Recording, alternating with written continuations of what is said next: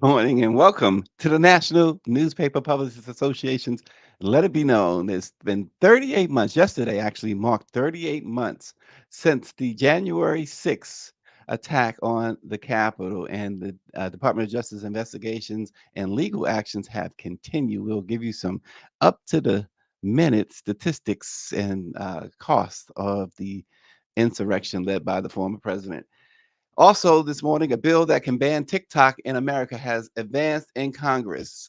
And New York City is deploying the National Guard and state police to help patrol the subways. We're going to talk about why they're doing that, who they're employing, and what's going on in the Big Apple. Also, the MAGA Mike is he's doing his thing. Tonight is the State of the Union address, and House Speaker Mike Johnson is calling for defunding federal law enforcement.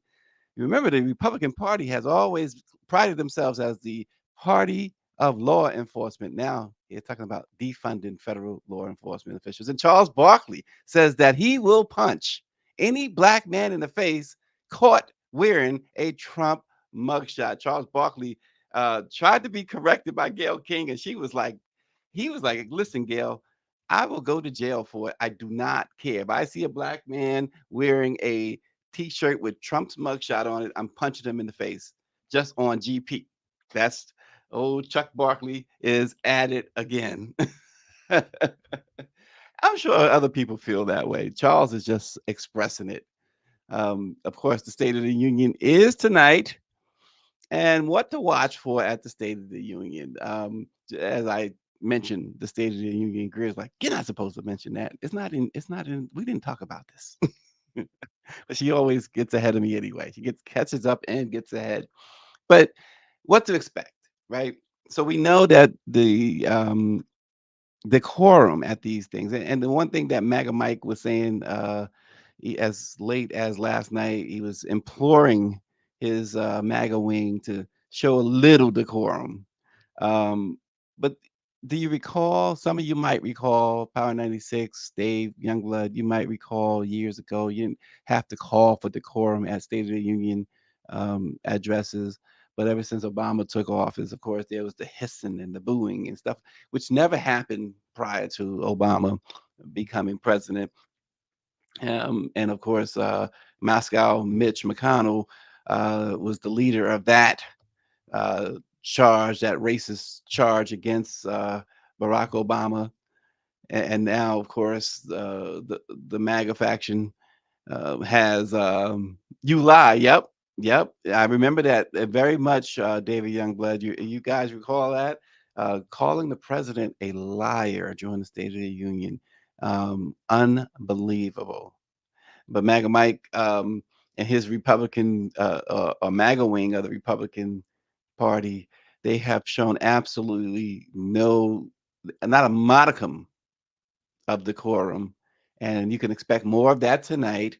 There will be half the chamber, of course, Democrats standing and applauding, perhaps at least a couple of dozen times during the address, whereas uh, the certainly the MAGA faction will be booing or hissing or sitting on their hands or one of the, all of the above. Really is what you can expect. But Biden, as far as the messaging is concerned, he will certainly talk about. Um, the progress the economy has made, the progress of certainly for Black America, the fact he'll again emphasize, you can put your money on it, that he's going to emphasize to in his message to Black America that, hey, my campaign promises were kept, um, and I'm still working to do more. So you're going to hear a lot of that. You're going to hear about small businesses. He certainly he and Vice President Kamala Harris, who doesn't get nearly enough credit for this part of it too, the small businesses, small minority businesses, particularly as small and minority owned businesses are under attack from the Trump faction of the world. Um, they have done a yeoman's job with small minority and disadvantaged businesses. Those businesses have been booming thanks to the policies of the Biden Harris administration, and certainly in particular the absolute crusade that Vice President Kamala Harris has been on since day one. And so there's a lot of things she deserves credit for. Of course, they have their faults, but I'm not going to talk about the faults right now because I don't think the vice president has ever gotten the credit she deserves in these 3+ years and under the circumstances she's had to work for. Remember, I told you guys I was never a big fan of Kamala Harris, but I tell you what, she's got the job done. Tell me a vice president, particularly under the circumstances that she has had to be vice president, that has been able to do what she's done. I'm waiting. It has not happened. And as Power 96 mentions, the president's record on appointing black federal judges stands alone without question by far and away. Mitch McConnell, we had a video recently. I don't know, did we show that video, Greer? But Mitch McConnell recently was boasting about, well, I saw a video recently of him boasting about how he was was blocking anything Obama did, especially with the judges, and how he was freeze frame, how surprised he was that Obama left so many federal benches open when he left office. How pleasantly surprised Moscow Mitch was. Um, so we will, and he, by the way, speaking of Moscow Mitch, and all this talk about, the rift between him and the twice impeached, 4 times indicted former president. Well, of course, Moscow Mitch announced with great, great fervor that he's strongly endorsing Donald Trump for president. And you can expect the same from Nikki Haley. There's no question about it. Come on, y'all. It's just, it's never, it's a lesson that is never about you, the constituents. It's never about the Constitution, as they say. It's never about the United States. It's never about the citizens. It's always about them, and they enriching each other. You best believe Moscow Mitch pocketed some major coin in stealing those judgeships. Um, Bobby Henry is chiming in this morning. He says, you mentioned put your money on it. Well, now it's time for Biden to put his money where his mouth is, and that is in the black press, black owned media companies. We are businesses too. 1,000%, Bobby Henry. 1,000%. And it is a shame that when we do have meetings and things like that with campaign and White House officials alike, that it remains a topic of conversation. And the one thing that we do not like to do, particularly here at Let It Be Known, is have hat in hand or make it feel like we have hat in hand. This should be automatic. This like it's automatic that they go and spend their money with the New York Times, who we really talked about yesterday, and the switch that they've made.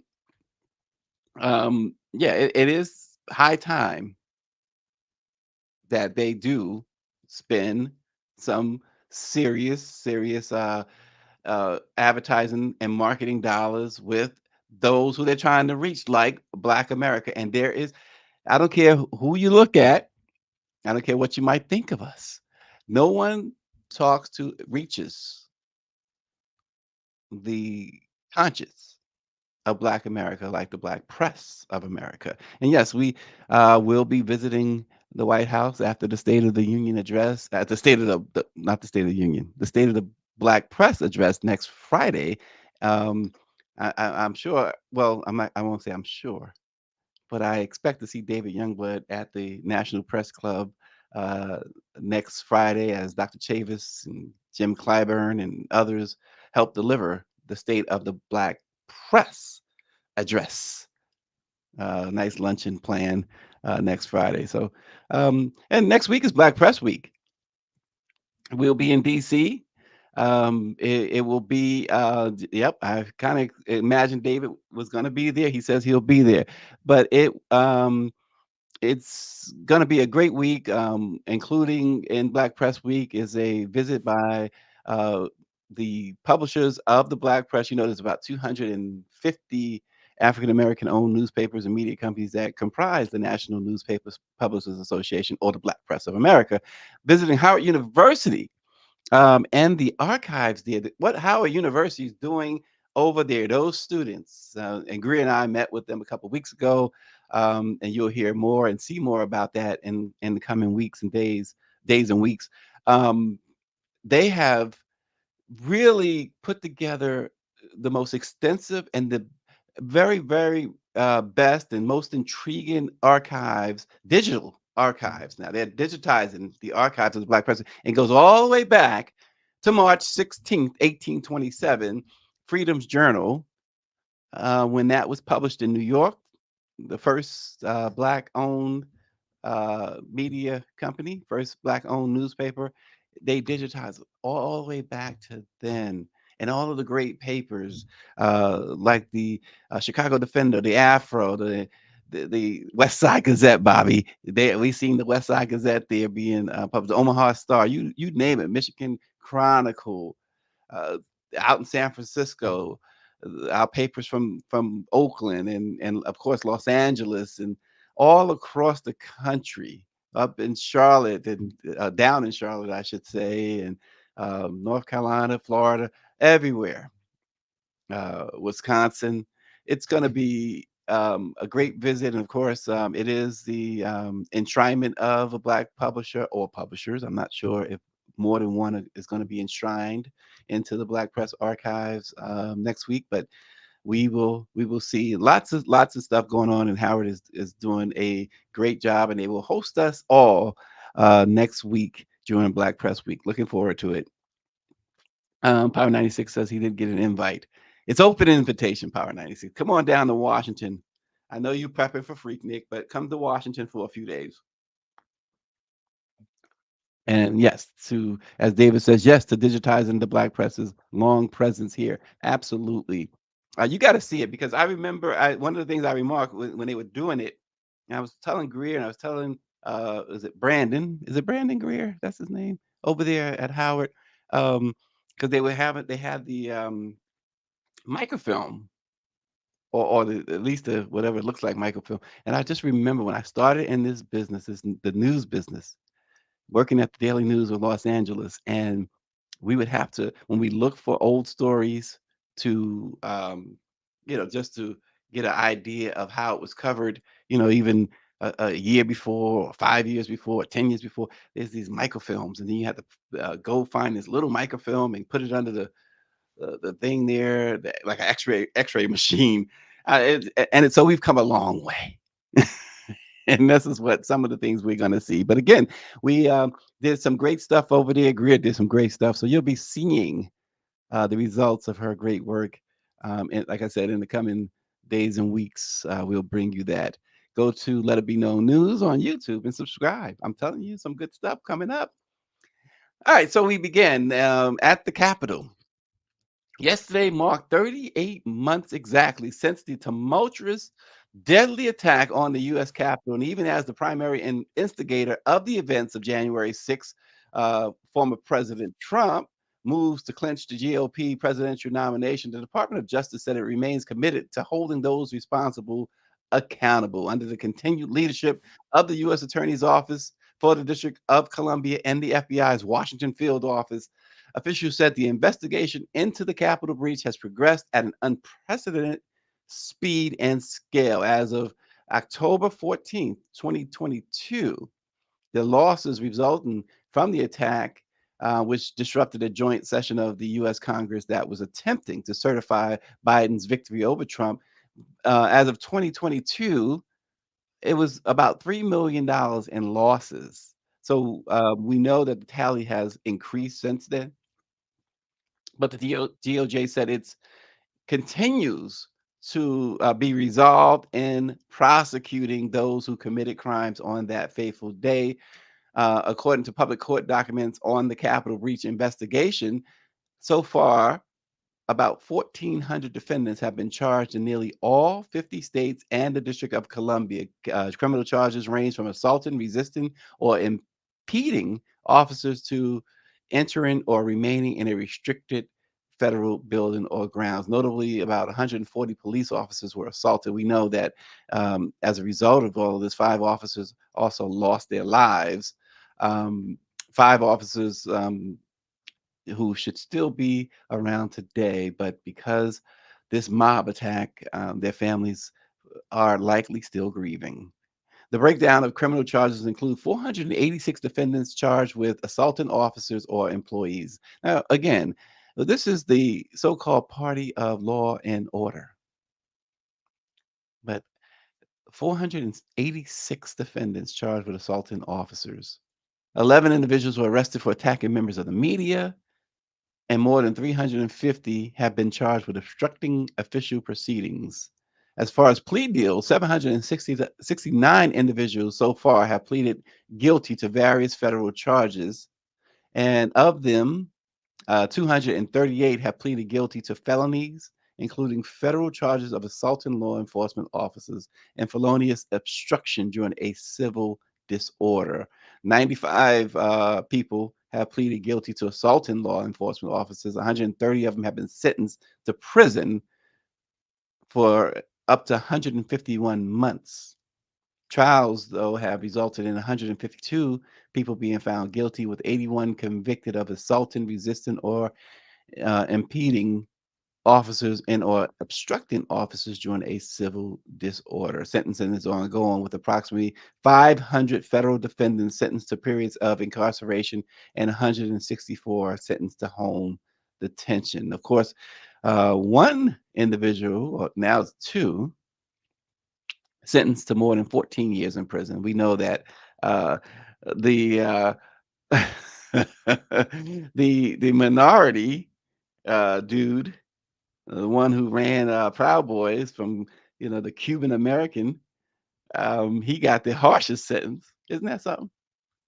He first of all, he got 22 years, and he's going back for to be sentenced again after an appeals situation in which they are now trying to give him at least 30 years. Uh Enrique, um, have fun. Have fun, Enrique. You're an idiot. You're an idiot. It's just the fate of Enrique needs to be the fate of people like Byron Donalds, needs to be the fate of people like Tim Scott, needs to be the fate of people like that bumbling fool of a governor, a lieutenant governor down in North Carolina. It's amazing when we start mentioning them, how much how much you feel less about. Well, I know somebody's gonna say, "Speak for yourself." How much less you feel about Candace Owens, because you understand that Candace Owens that's 1,000% grift right there. So you're like, okay, whatever. Chief grift, chief grifter right there.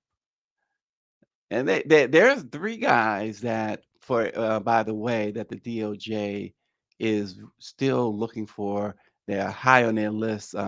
The names are Evan Newman, Adam Villarreal, and Paul Belosic. Those 3 men are at large still, and they have been looking for them. They were allegedly involved in violent altercations with law enforcement officers during the attack. And the FBI is encouraging the public to visit fbi.gov/capital, slash capital violence, I should say, to view photos and videos and provide any information that may aid in the location of these 3 individuals. Once again, their photos are on the website. Mugshots on not mugshots, but what do you call those? Wanted posters. Evan Newman, Adam Villarreal, and Paul Belosic. The FBI says visit fbi.gov/capital violence and view those photos, and you can leave an anonymous tip. They said in a statement, we have deployed our full investigative resources and are working closely with our federal, state, and local partners to aggressively pursue those involved in these criminal activities. The bottom Mike V says, "Como está, Enrique?"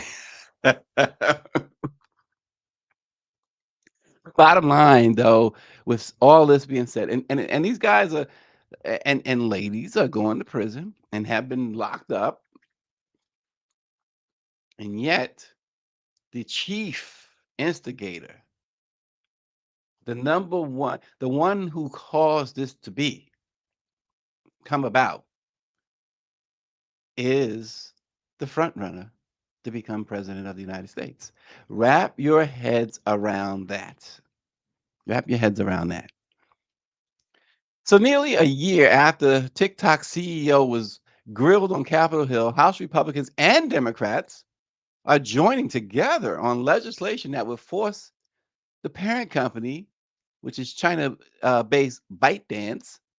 That's an interesting name, ByteDance, to divest the popular social media company or risk the U.S. banning it from app stores. The bill is co-authored by the bipartisan leaders of the Select Committee on the Chinese Communist Party, Chairman Mike Gallagher of Wisconsin. He's a Republican, and ranking member Representative Raja Krishna North.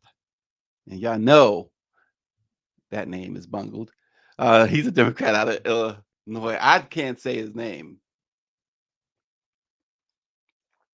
They serve on the Intelligence Committee anyway, but they, want either this Chinese company to give up ownership of TikTok, or they're gonna shut it down altogether. This is what the bill is in its advance. Because on Thursday, um, today, the Energy and Commerce Committee will mark up the bipartisan bill and pass it, and they'll send it to the House floor for a future vote.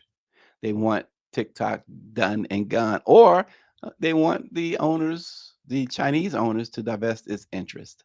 So this has been ongoing because the FBI Director Chris Wray has testified that TikTok poses a risk to national security. Now it's interesting, and I'm not going to argue with them because I don't have any evidence one way or the other. But w- Twitter is no threat. Twitter, as we all know, they call it X now, just sent out reams of false information during the last two general elections.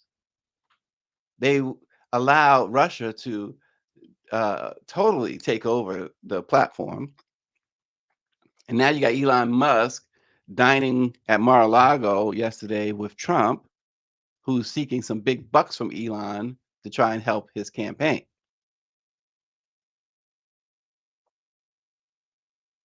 So, um, interesting. And Bobby Henry says that sounds like a full page ad, if not a half a page ad in all of our newspapers with those wanted criminals. Uh, well, Bobby, tell your ad guy and tell the Black Presses ad guy to call the FBI or the DOJ, really. Uh, might be a good idea. Um, put it on your websites. Um, hey, digital ad right there, digital and print, right? That's what Bobby's thinking. And why not? Um, Especially if there's a reward attached. That's what gets people to talking. All right, so we turn our attention to the Big Apple, which is where I'm headed. To the Big Apple, my hometown. Start spreading the news. I'm leaving today. uh, but what's not good about this news is that a series of violent incidents on New York City subways has prompted Mayor Eric Adams to order a new series of security protocols to keep knives, box cutters, clubs, and guns off of trains and platforms. Adams's announcement is in addition to a more robust police presence.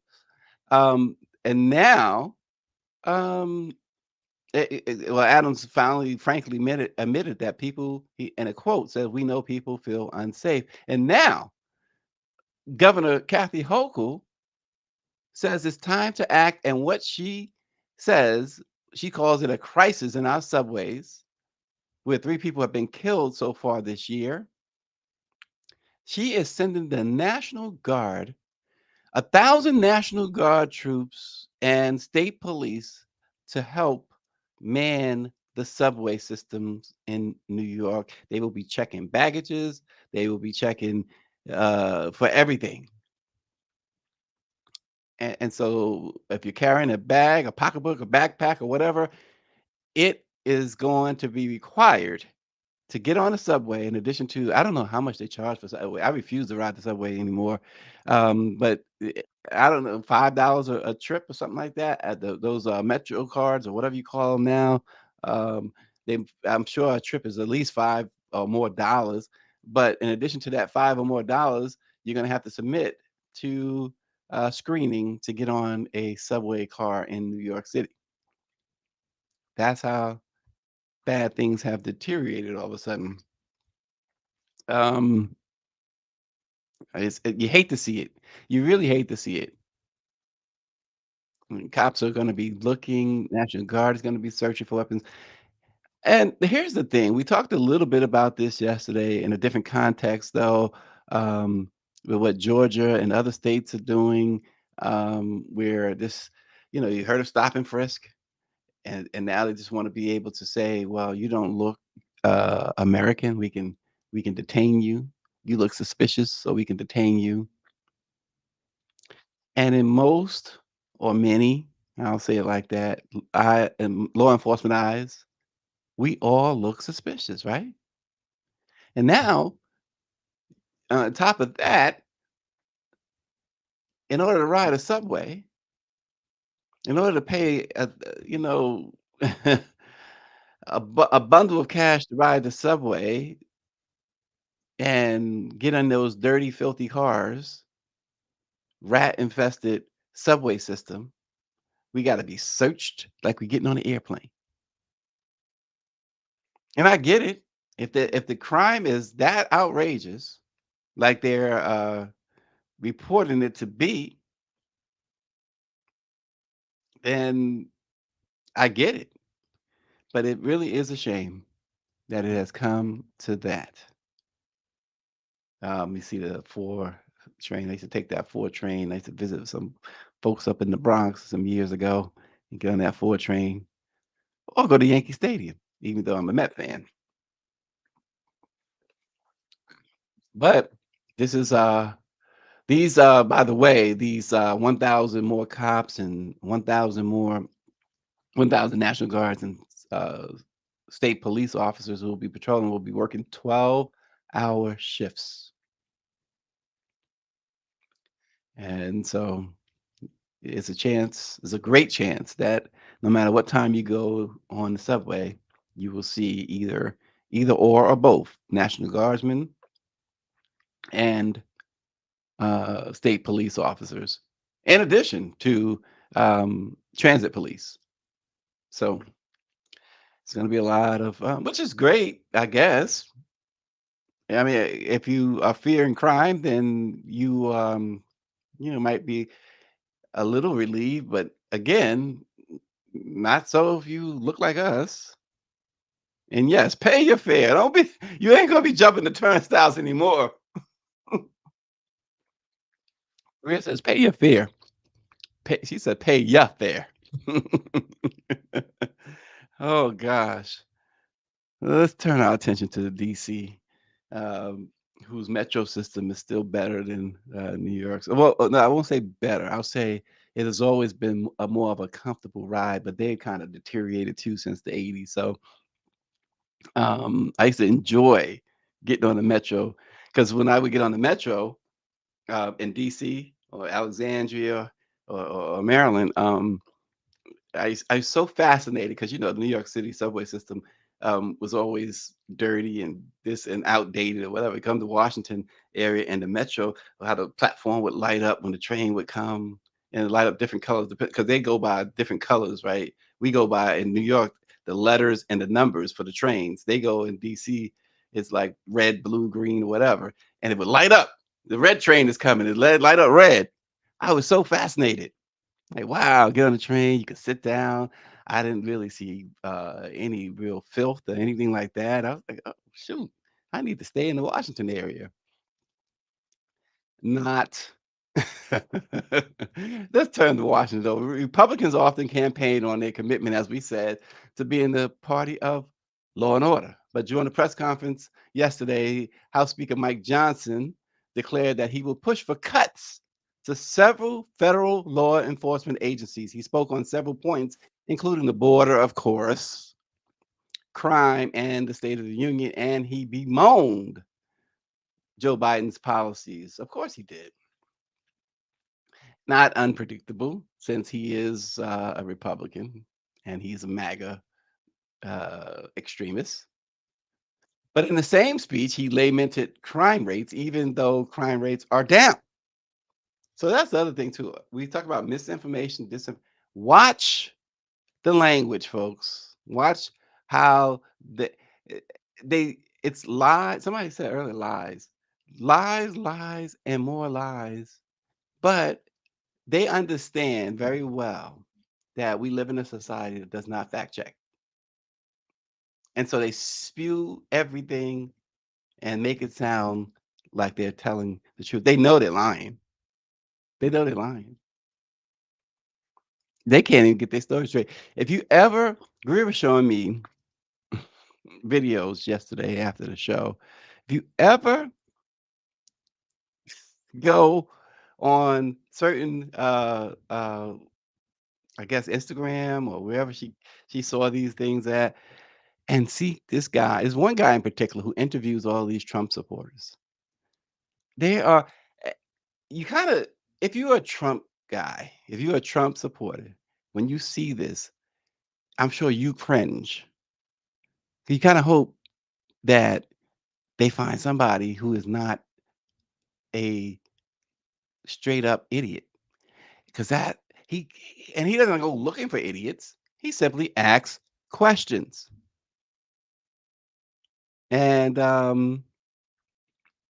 the answers are just one woman was talking about how Trump is really the president, but then she, in the same breath, without taking a breath, Biden is a bumbling fool or whatever she said, and Obama's pulling the strings. So the guy's like, okay, wait a minute, who's president? Well, it's really, Trump is my president. And the conspiracy theorists have said that, they keep naming dates in which he's going to assume office. And it's been going on since he left office. Um, I shouldn't say left office. He was pulled out of office kicking and screaming. But they are such stark raving nut jobs. And Part 96 is right. Someone with an IQ above 80 is not a Trump voter or supporter. Anything about election fraud that's happening at all. Well, I look to Are you saying all that the in recounts, in, investigations, audits, and court cases. have you watched the Georgia election? Did you see where they pulled the ballots out from under the cabinet? And they realized that was they debunked. scanned them and rescanned them and rescanned them. You know that lady got arrested, right? Don't you think if that actually she happened? got I know a arrested? lot of people are suing for defamation because But of you do lies know about she people got like that. arrested. No. Yes, she definitely got Who? arrested. Ruby Freeman? Ruby, yeah, she definitely got It arrested. turned out that even Giuliani acknowledged he was lying. He lost a defamation case, and in that case, he had to concede that he was not correct about those statements about Ruby Freeman. Oh no, she's definitely been arrested. She hasn't, I promise. She has. So you haven't heard it. I mean, and that is not even the funniest or the worst by far. That was one of the more tame ones, even though this guy has no clue. But that's what they prey upon. That's the key to magability. Or what do you say, magabilly? That's the key. They prey on folks like that who lives only gets worse under their cult leader. But yet, it's interesting. They support him, but it's so interesting because we know our ancestors know what it's like to be enslaved, of course, and to be oppressed. We know what it's like to be oppressed too, in a lot of ways. These people are willingly oppressed. They don't know that they're oppressed. or understand just how deeply oppressed they are. And the oppressor is their God, their leader, because Trump is like a god to them. So it's really interesting. You can't have an intelligent conversation with an unintelligent, a willfully unintelligent person, which is what the young man there was trying to do. You can't reason with them. Here's another one. Oh, we don't have volume on this one. And that we are watching a movie. Oh, really? But we do believe that President Trump is actually protected under the continuity of government. I believe he's our authentic president and that we are watching a movie. Oh, really? So he's the current president of the United States? I believe that. Like, what is Biden doing then? Well, Biden is, we're under continuity of government. It's a military action. And so they're showing the people in slow motion, the corruption and all the different elements, all the different agencies and the dual system. So they're saying, okay, if you want to steal the election, which they did, this is what you're going to get. So then how is Biden doing in his role? Is he the president right now? No, Biden is an actor, but I think Biden has been gone a long time. That's how I feel. Gone dead? Gone dead. Who's the one walking around? An actor. Do we know who the actor is? There's different ones that play him. Everybody has actors, but I know it sounds so far-fetched, but they say that they're going to reveal it soon. See? See, this is why I need not say stuff, right? Just let them talk, right? And my question always is this, because this is what folks like that constantly say. My question is, who are they? It's always they. They. Identify they. And I'm not talking about gender stuff here. I'm talking about, who are we referring to? Oh my gosh. And thus, a great segue into Charles Barkley. And you can really feel now, right? That's a great segue and setup to Charles Barkley, who says he is willing to punch any black person or black man in particular in the face if he catches them wearing a Donald Trump mugshot. During an episode of CNN's King Charles, Charles Barkley and Gayle King discussed Trump's recent comments. The former president, who we know that now a civil jury has said that he sexually assaulted a journalist and must pay her $90 million, among other crimes. Um, he spoke at a so-called Black Conservative Federation's annual honors gala, where, of course, there was probably 3 black people there and a bunch of white folks. He stated that there were black people proudly wearing his mugshot on their T-shirts, among other things. He said that's when uh, Barkley. Here's exactly what Trump said. He said, when I did the mugshot in Atlanta, that mugshot is number 1. You know who embraced it more than anyone else? The blacks. And Barkley said, if I catch you, anyone black wearing a Trump mugshot, I'm gonna punch him in the face.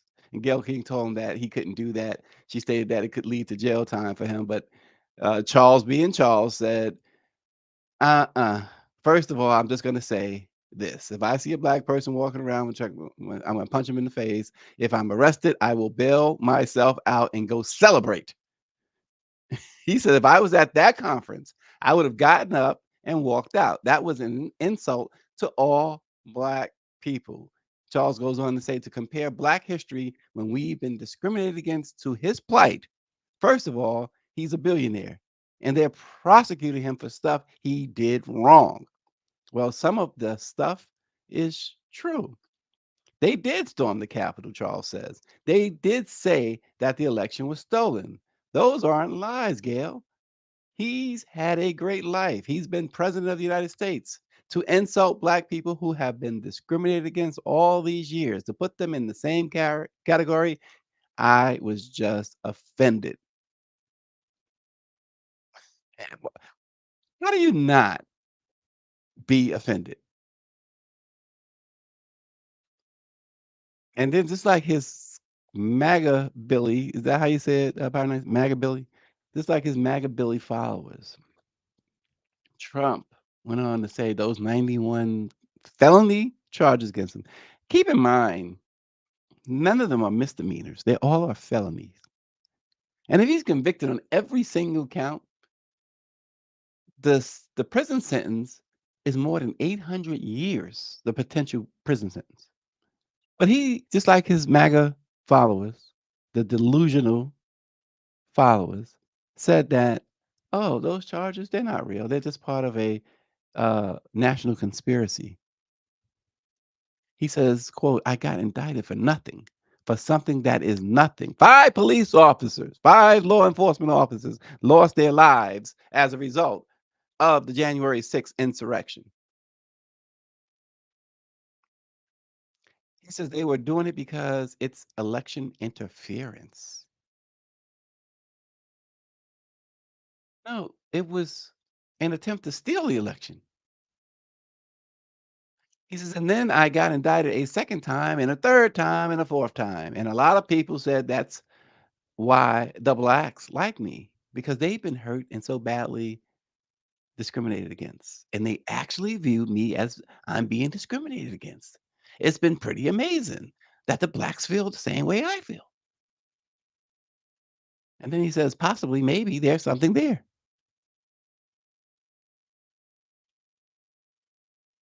Like David Youngblood says, how can you not be offended when an offensive, oath-breaking insurrectionist, and David puts that in quotes, and I'm glad he did, because I know David feels the same way about that he's an oath-breaking insurrection, but the Supreme Court justices, 3 of them said that about him. Those were their words, oath-breaking insurrectionist. He says, when an offensive, oath-breaking insurrectionist compares his plight to those sold as chattel. And Power 96 said Gayle King was acting real Candace Owens in that segment. You know, Gayle, uh, I understand a little bit, like, she's not really a journalist, right? She's a talking head, really. But in her role, supposedly a journalist, she's got to try and keep things above board or whatever. But even in that role, see, if she was a journalist, she would understand. Uh, yeah, I get where you're coming from, Charles, and there would be no pushback on that. And the one thing you caught there, we talk about white privilege. Charles invoked his rich person's privilege. He said, "I'll just bail myself out." See, that's when you can invoke some privilege. That's when you should invoke some privilege. When you are 100% right, like Charles was. And Power 96 says, just wait until the election. Trump will blame the blacks for his defeat. And look at Bobby being Gayle King #2 over here. Bobby Henry saying, King Charles, even though some of us may agree with you, don't do it, brother. It would make for great TV. It would make for a great video segment. Just Charles walking down the street of South Florida, seeing some black dudes wearing Trump mugshots, and he just wow. And Charles like, take me to jail. I got money. I'm getting out. And Mike V says, I don't see how the Tangerine Tyrant, the nicknames are coming back. Barrington, what do you call him? Orange Jesus. I know, I never liked that name, Orange Jesus, that Barrington put on, but nonetheless, Barrington he's steadfast in Orange Jesus. So to them, right, and I get Barrington's point. To them, that's what he is. But Tangerine Tyrant is one that I really like. Mike V says, I don't see how the Tangerine Tyrant can escape the felony charges in Georgia with all the hard evidence weighed against him. There is a direct correlation of evidence between January 6th and Georgia. And that's the case which you see them going hard. That's why Fonnie Willis had that little side trial. We still waiting for the judge's decision there. Marjorie Taylor Greene and others are going after the prosecution with all they got. Jim Jordan, who really should be hiding somewhere under a rock. Matt Getz, who they still direct. It's interesting because that stuff from Matt Getz has come more to the fore in the Republican caucus a lot more lately, with making it obvious that you have some in the Republican Party, the MAGA folks and others, they have this thing that they're holding over Matt Gates's head. And so he's being told what to do, how to do it, or else. So he is in one of those things where he's just a lapdog. He's going to be a lapdog because he can't afford not to be. And so they've been threatening with some ethics stuff, and the ethics stuff. The reason why a lot of times they kind of scoff at that in the House is because it's usually just minor stuff, minor punishment stuff is exactly. And so in Matt Gates's case, though, if the stuff hits the fan, as it were, he's not looking at no minor stuff. He's looking to be cellmates with somebody. That's so he's got to toe the line, and he's got to be as MAGA and as racist and as abhorrent as he can be, as disgusting as he can be. Because he is somebody's little, y'all can finish that sentence. Bobby Henry again says, King Charles, don't light the fuse that leads to the powder keg that will cause this country to implode from the inside. I don't think him decking a black guy wearing a Trump mugshot is going to be the fuse that implodes. But Bobby's been around longer than I have, so maybe he has more insight than me.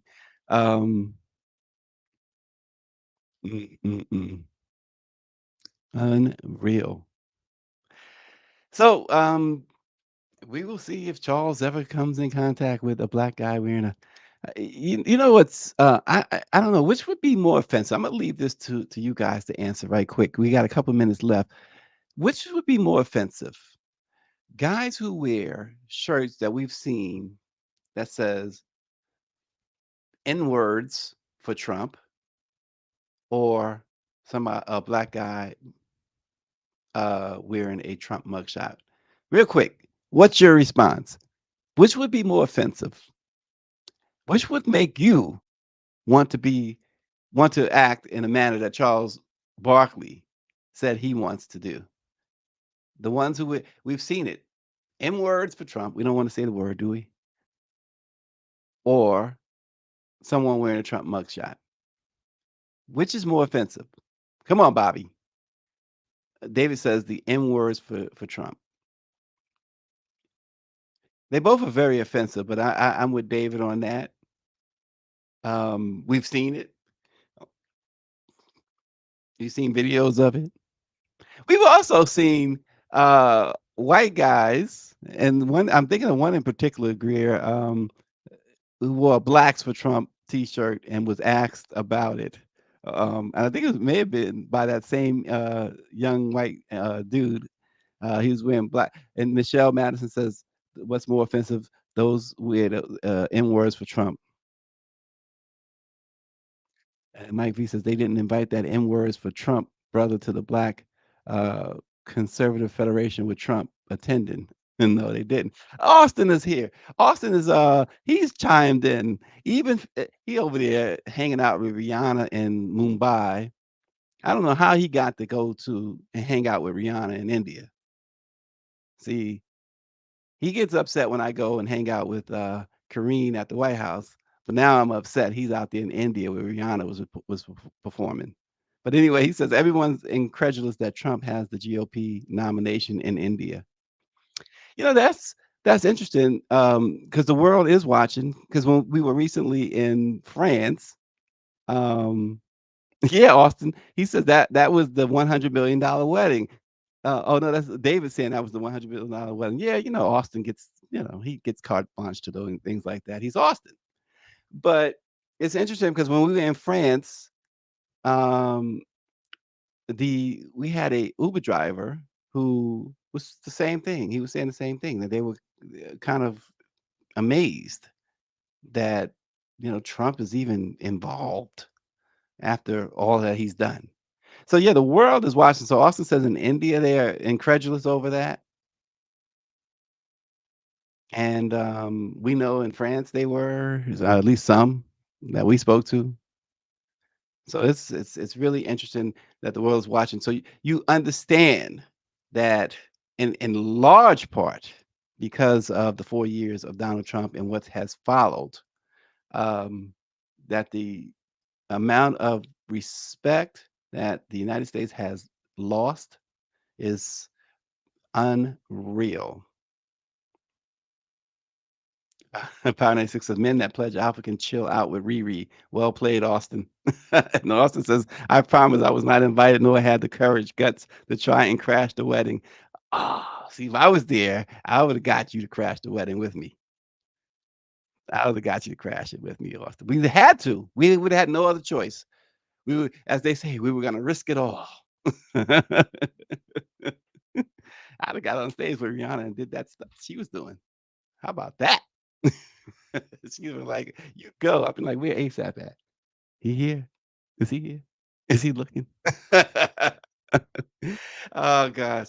So anyway, the State of the Union. Let me know what you think tomorrow when we come on. Give me your grades for the president, and I don't know. Tell me too, and we can wait till tomorrow. Uh, how important is the State of the Union? Is it still important? Has it ever really been important? Let me know. Join us tomorrow, and we'll talk about that as well, and dissect what President Biden mentioned during the State of the Union. Thanks for joining us again. Subscribe. Hit that subscribe button. It doesn't cost a cent. Let It Be Known News YouTube page. Subscribe, and we will see you tomorrow. Thanks for watching.